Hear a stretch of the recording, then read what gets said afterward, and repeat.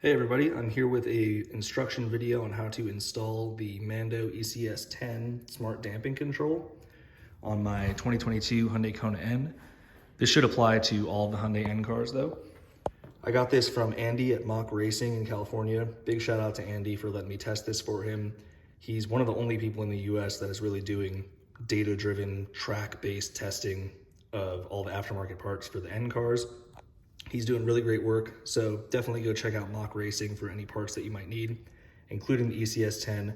Right now he's doing a discounted group buy for the N owners. So this is all you're gonna need for the install: just a pry tool, a screwdriver, Phillips head, a micro 2 fuse tap, and the Mando unit. Okay, this might not be the easiest thing in the world to film, but I'm gonna do my best to get some good angles here and show you exactly what's going on. So the first thing you want to do is get this top part of the steering column off.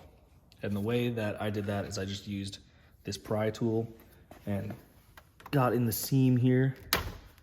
And you can just kind of pop it off. There's one side. And then I'll get in the car here and do the other side. The other side already kind of pops off already. And then that's pretty easy. It's connected by a little piece of leather, so you can just kind of move that back there. So that's step one. And then you're gonna want to turn the wheel, and I'll change the camera angle to show you this part. So now that we have the top cover off here, you can turn the wheel and expose these Phillips heads right here, kind of on either side of the centerpiece of the wheel. And you're gonna take those out. Now that you got those two screws out, you're gonna go down here and find that one Phillips head screw on the bottom of the steering column, and you're gonna remove that. So now that you have these two screws back here removed and the one on the bottom of the steering column, you can just pull this bottom plastic trim piece down. This was actually one of the trickier parts of the whole install for me, just because it's kind of wedged in there pretty well. So it did help to release the steering wheel adjustment lever, just to give it a little bit more room. I might not be able to do this perfectly on camera in one take, but just wiggle it around, and it's pretty tight right behind the steering wheel, but it will come off, and then you will expose the whole steering column and the wiring within there. So let me get that done, and then I'll show you what the inside looks like. Okay, so now you have the bottom cover off, and you can see these wiring harnesses that are going into the back of the wheel. The harness that you're looking for is this yellow one right here. You're gonna slide this white tab back this way and unplug that from this, which is the steering input sensor. So now that you have that harness unplugged, you're gonna take the yellow and black cable that comes with the Mando. You're gonna plug this end into the CAN input, and then this will connect to where you unplugged that yellow wire. And I'll show you it in the car right now. Okay, so as you can see, we have the yellow and black Mando cable plugged in now. This is the cable that you unplugged from the back of the steering wheel. It plugs into one side of the Mando harness, and then the other plugs into the back of the steering wheel. And then you can just kind of route this down the steering column. And at that point, you can now pull off the fuse box cover. Easy as that. And this is the other cable of the Mando. Like I said, I have already had it installed in my car. I've been testing it for about 2 weeks. So you can ignore this. Essentially, none of this will be in there. And then you have access to your fuse box. So what I do is on the back of the fuse box cover, I just mount the Mando right on top of that sticker with some double-sided tape. So I'll show that to you. But first, we're gonna be removing one of the fuses. And you can see I've removed this number 10 fuse right here, and I'll include a picture of that. And that is where we're gonna source power for the Mando. So now you have this yellow cable coming through the steering column and coming out of the fuse box. You can now plug in the Mando. So the yellow will go into this left input here, the CAN IF. So we'll plug that in.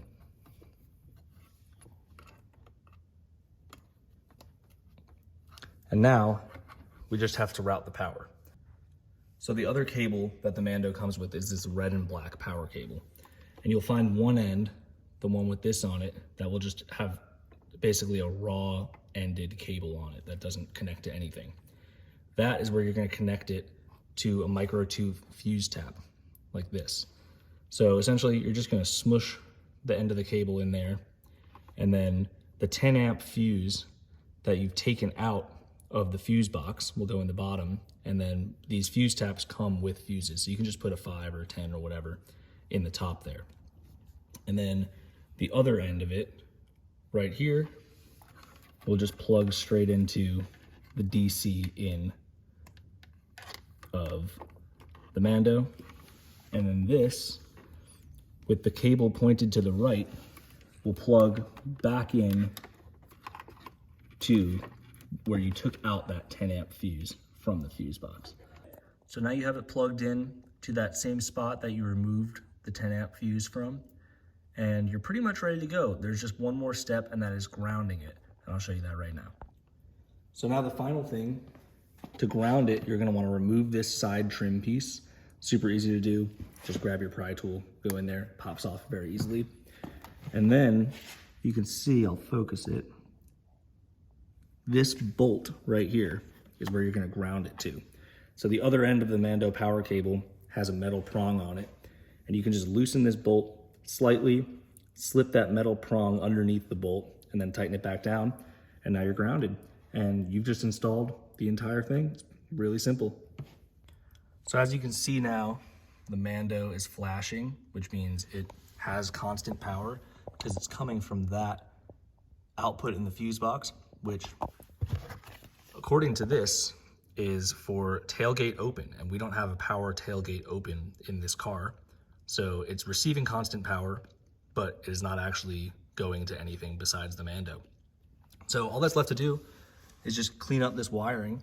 And what I do is I just kind of clean it up, stuff it up in there, and then I have a little bit of dual-sided tape on the back of the Mando. I'll tape it to the fuse box cover, put it back in, and you're good to go. So here's what the Mando looks like, just stuck onto the back of the fuse cover. Cleaned up the wiring a bit in there. And now we can just put it back in, pops in, and then you're just gonna repeat exactly what you did for all this stuff. Slide the bottom cover back in there, get it lined up with these holes to screw back into, screw back in the bottom Phillips head, and then just pop this top part back on, and you're good to go. All right, everything's back together now. I do recommend when you're putting the steering column back together, doing these screws up top before you do the bottom one, just because it makes it a little bit easier to line everything up.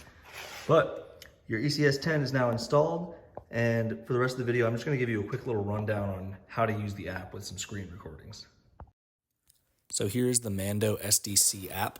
You have to use the app to adjust suspension modes now. It doesn't change with drive mode anymore because the Mando essentially intercepts the stock settings. So you have these 3 presets here for Comfort, Sport, and Sport Plus, which are essentially like improved versions of the stock settings. And then you have your custom settings. So you can adjust ride and handling, both front and rear. So ride you can think of as like the general softness over bumps and things.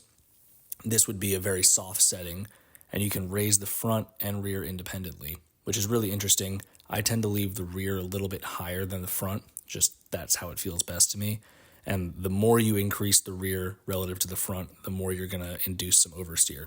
Handling, like I said earlier, we plugged the Mando harness into the steering input sensor on the back of the wheel. So handling essentially senses your speed and how much steering input you're putting in, or how much heavy braking you're under to adapt the roll stiffness. And then you also have advanced settings here where you can control ride and handling based on speed. I have not personally messed with this too much yet, but you can really go in depth and mess with all of the settings. Overall, I find that it doesn't significantly soften the suspension. It does make for a much more composed ride over bumps, and it makes it a little bit less bouncy. It seems like it doesn't go through as many cycles of rebound. So this is a setting that I have to induce some oversteer, where I have the rear very stiff and the front softer. And I also have the handling set in this to be a little bit stiffer than daily driving, just to keep it really locked in. And this has been a lot of fun. It really does do a lot to induce some oversteer and kind of mimic a stiffer rear sway bar. There's a lot that you can do with these custom settings. You can go really in depth. I highly recommend trying out a bunch of different things, but it really is a great unit. I've really been enjoying messing around with it, and I plan to do a lot more and post the results. I won't be able to take it on track for another 2 months or so, but I'm really excited to see how I can dial it in for different racetracks.